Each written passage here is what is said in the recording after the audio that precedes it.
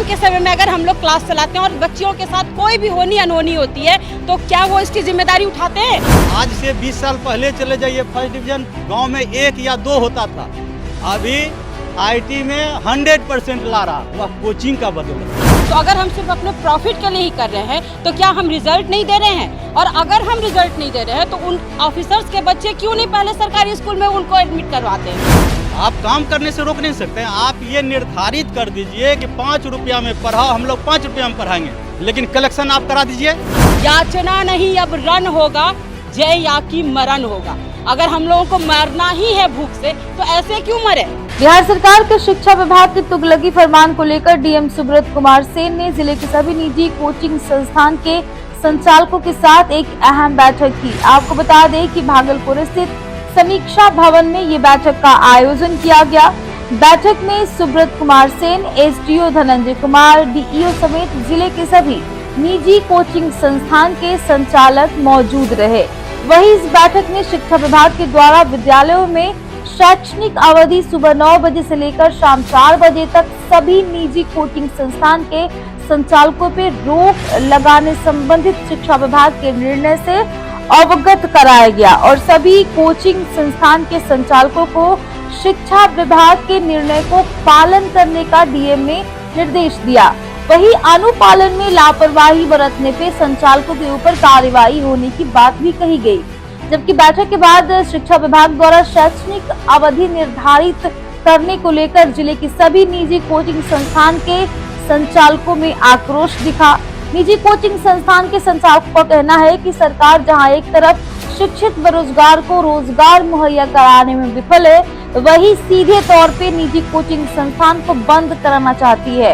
यदि सरकार का जो निजी कोचिंग संस्थान बंद करने की नीति है तो सरकार कोचिंग संस्थान को बंद कराने का नीति स्पष्ट नहीं किया तो जिले के सभी कोचिंग संस्थान के संचालक आगे आंदोलन करने को मजबूर होंगे। पहला है कि जो डायरेक्शन दिया गया है कि कोचिंग संचालन जो होगा वो होती है तो वो बिल्कुल पब्लिक डोमेन में रहता है, सबको पता होता है। इसी तरह का कोई गलत आरोप जो है ना वो आप पे लगा सकता है ना। सर बार बार कह रहे थे कि ये आप अपने प्रॉफिट के लिए कर रहे हैं, प्रॉफिट के लिए कर रहे हैं। तो अगर हम सिर्फ अपने प्रॉफिट के लिए ही कर रहे हैं तो क्या हम रिजल्ट नहीं दे रहे हैं? और अगर हम रिजल्ट नहीं दे रहे हैं तो उन ऑफिसर्स के बच्चे क्यों नहीं पहले सरकारी स्कूल में उनको एडमिट करवाते हैं? उनको क्यों हम जैसे लोगों की जरूरत पड़ती है? तो क्या अधिकारी जवाब दे? सुरक्षा क्या सरकार को हम मैंने जो भी प्रश्न उठाया लड़कियों की सुरक्षा को लेकर के आए दिन कुछ ना कुछ होता है, क्या वो इसकी जिम्मेदारी लेंगे कि शाम के समय में अगर हम लोग क्लास चलाते हैं और बच्चियों के साथ कोई भी होनी अनहोनी होती है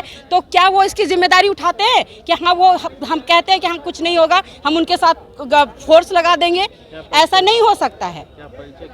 मेरा नाम छाया मिश्रा है और मेरा एक लाइन है सरकार को, एक उन्होंने शायद रश्मि रथी अगर पढ़ी होगी ना तो उनको याद करना चाहिए। रामधारी सिंह दिनकर जी ने लिखा है याचना नहीं अब रन होगा, वही कहते हैं ना कोर्ट जाने के लिए। तो सच में याचना नहीं अब रन होगा, जय या की मरण होगा। अगर हम लोगों को मरना ही है भूख से तो ऐसे क्यों मरे? फिर अच्छा से हम लोग अपना ड्रॉप आउट करते हैं और देखते हैं कि सरकारी स्कूल के टीचर्स कितना रिजल्ट दिलवा लेते हैं। हम लोगों की बातों को समझना चाहिए। पहले स्कूल की शिक्षा व्यवस्था को दुरुस्त कर ले, फिर ये सारा प्रोसीजर वो करे।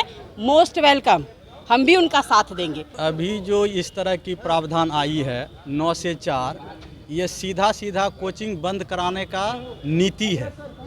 9 से 4 स्कूल जाएगा बच्चा, जो बाहर का बच्चा है वह यहाँ कैसे पढ़ेगा? परफेक्शन IAS, UPSE और BPSC फाउंडेशन क्लासेस के लिए समर्पित संस्थान। यहाँ आपको UPSE selected and interview appeared faculties द्वारा गाइड किया जाता है। Separate batches for Hindi and English medium. 65वीं और 64वीं BPSC एग्जाम में 69 और 107 रिजल्ट्स एवं 66वीं BPSC एग्जाम में 131 रिजल्ट्स हासिल किया है परफेक्शन IAS टीम ने। परफेक्शन IAS, कुमार टार, बोरिंग रोड, पटना। पहला उद्देश्य सरकार की यही है कि कोचिंग को बंद करा दिया जाए, दूसरा और कोई बात नहीं है।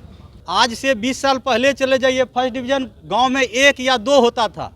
अभी नीट या आईटी में 100% ला रहा, वह कोचिंग का बदौलत है, न कि सरकारी स्कूल का या कॉलेज का। इसके बारे में सरकार की ओर ध्यान नहीं जा रही है, अपनी व्यवस्था नहीं। हमारे को कह रहा है कि कितना वर्ग मीटर जी, तो 1 स्क्वायर फीट में बैठाइए, हाई स्कूल में बेंच नहीं। आप काम करने से रोक नहीं सकते हैं। आप ये निर्धारित कर दीजिए कि 5 रुपया में पढ़ाओ, हम लोग 5 रुपया में पढ़ाएंगे, लेकिन कलेक्शन आप करा दीजिए। आज के बैठक में वो जो फरमान जारी हुआ, चिट्ठी दिया, उसको पारित कर दिया। हम लोग तो कह सकते हैं, वो तो कहा कि कुछ नहीं, हमारा तो आदेश है, उसको पालन कराना है। कोरोना में हम लोग परेशान करेंगे आप लोग। आगे हम लोग अगर नहीं सुना जाएगा तो कोर्ट जाएंगे, एक मंच पर आएंगे, एक दिन बिहार, एक दिन बंद करेंगे पूरे बिहार। ये नहीं कि एक संगठन 2 संगठन, पूरा एक साथ आएंगे। आप लोगों का क्या मुख्य मांग ये है कि हम लोग को ये नहीं, पहले आप व्यवस्था दीजिए। अगर आप सरकारी विद्यालय में 15 दिन आप डायरेक्ट नहीं आ रहे हो, तो नाम काट रहे हैं, तो आप उसको व्यवस्था दीजिए। क्यों मार रहे हैं? यहाँ से बच्चे चले जाएंगे दूसरे स्टेट, क्या करेगा यहाँ का लोग? अगले सेशन ये इस हिसाब से यही होगा, और बेरोजगारी बढ़ जाएगी। एक तो ऐसे बेरोजगारी है, दूसरी और बेरोजगारी बढ़ेगी। सेशन से बढ़ जाएगा। इसको समझना होगा सरकार को। पढ़े लिखे लोगों को बेवकूफ़ बना रहा है, ये बेवकूफ़ बनाने वाली नीति है।